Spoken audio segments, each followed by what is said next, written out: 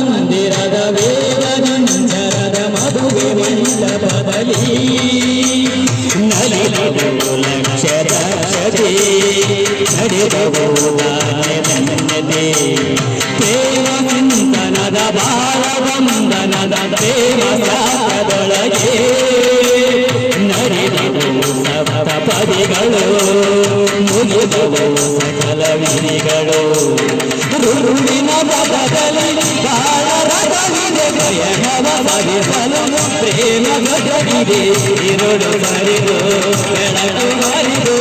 ಕನಸು ಬರಿದು ಮನಸ್ಸು ಜಿಗಿದು ಸರಿಗಮ ಪದಲಿ ಸಂಸಾರದಲ್ಲಿ ಮೇಘ